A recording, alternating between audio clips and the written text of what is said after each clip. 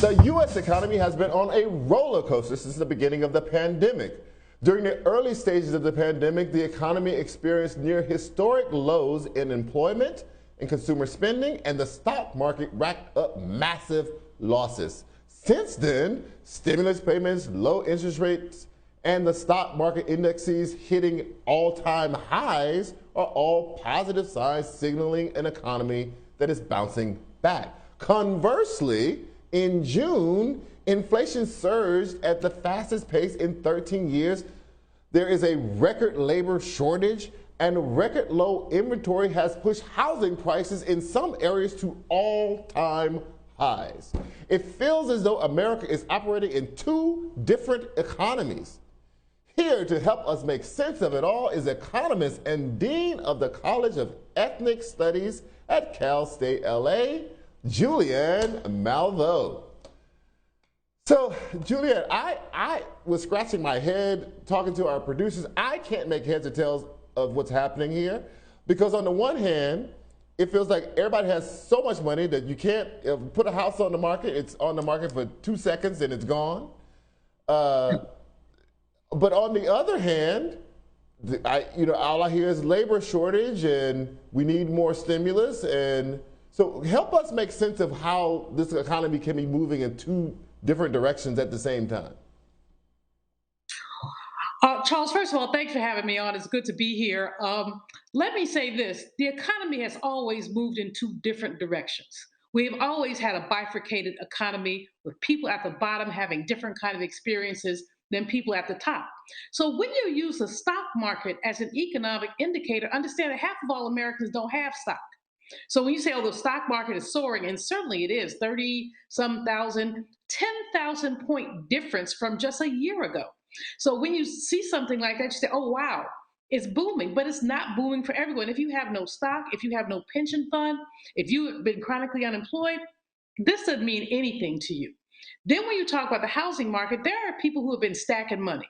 I mean, they got some assistance, but everybody did not lose money because of the pandemic. A lot of people made money, started businesses, and now they want to spend that money. The economy's back open. You go to some places, you're down in Atlanta. A friend of mine said Atlanta never closed down. And they saved money, right? And they saved money, right? I just want to get that in. And it occurred to me this afternoon. I was like, wait, nobody went on vacation. You didn't have to buy new clothes. There was no commuting costs. You didn't eat out for lunch. You probably didn't go to dinner because the restaurants are closed. So everybody saved money, right? Everybody if you had money to save, you saved money. Yes, Anybody who had the opportunity to save money, but a lot of people didn't have that opportunity. And so the people who didn't have that opportunity are now, when you talk about the housing market, here's what's frightening. In many cities, there was an eviction moratorium. It's going away in the next at least 60 days, if not sooner. The houses that have been sold are often being sold to investors or to the houses were rental property. Now someone bought the house, they're going to put the people who are renting out. And we're about to have a crisis in terms of people who are unhomed. I just learned this term, unhomed. We don't call them homeless anymore, they're just unhomed. I mean, we have all kinds of term. Let me write that down. Right, I'm writing unhomed down right now. We have all these words to describe the reality that a lot of people, Rona kicked people's butts.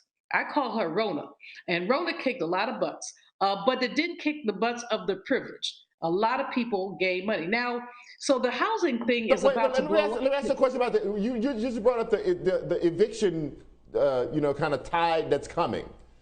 How will that flow up the chain? All these people who are buying houses now, record high prices, will their housing values be affected in the next month or two or whatever it is will that be isolated in some sort of way? Well, I think in the next 6 months, we're going to see some slowdown in this increase in housing prices. I think more than that, those who are looking for housing investment as an exploitative opportunity may find that there is little to exploit. So there are going to be, moderate and low income people. If you price them out, they'll be sleeping on the streets or doubling and tripling up. But who's going to come in, especially when these properties are not all that? I mean, if you're looking at a McMansion in, let's say, Alpharetta, Georgia, the poor are not trying to get in there. But if you're looking at a 2-bedroom sort of starter home in the middle of the hood, and you bought that as an investment, thinking that people are going to jump over themselves, you might have an empty house for a little while. And if you're at the edge yourself, you may lose that house. I mean, so there is just a lot going on, but it's just what Corona did to our economy, our health system, and everything else is highlighted the inequities that already existed. And so we see some things happening that are challenging, especially around inflation. I mean, one of the things that challenges me the most when you look at inflation is the increase in some food prices. Beef, as an example, has jumped in price. Some other foodstuffs have jumped in price, and so we're Now, looking are those at just again. rebounds? Are those just rebounds from them going down in the beginning of the pandemic and rebounding? Is this real inflation, or is this kind of a temporary phenomenon? It's both. I mean, some of it is rebounding. Some of it is also, the technical term of inflation is too much money chasing too few goods. But when you're looking at moderate income people, it's not too much money, it's too few goods. I mean, remember what happened with meat packing, meat manufacture, where people were getting sick with COVID, they were having a shortage of workers, and they ended up producing less. So now there's less in the market. Remember people pouring milk out because they couldn't package it properly. So all these things are catching up with us. And for, I'd say another 6 months, we're going to have whiplash when we look at the economy. Right. You see one indicator going up, one going down. Often these indicators move together. The Federal Reserve, I have to give them credit for not panicking, but what they are seeing is a kind of inflation that makes them say, we may have to change the federal funds rate. We may have to make it more difficult for people to borrow, because those who have been borrowing and it hasn't trickled in the ways we want it to trickle. So but Jerome Powell has been doing, a good job in just sort of holding it steady and Right. not panicking. But in a couple more months, if we continue to see this kind of inflation and we We may cannot see some attribute it panic. to a short-term thing, then we're going to have to see some other things happen: more inflation, higher costs of money. All right. But I would tell people, do not panic. Hold on. It's, give it 6 months. All right, the amazing Julianne Malveaux. We are anointing her the new explainer-in-chief.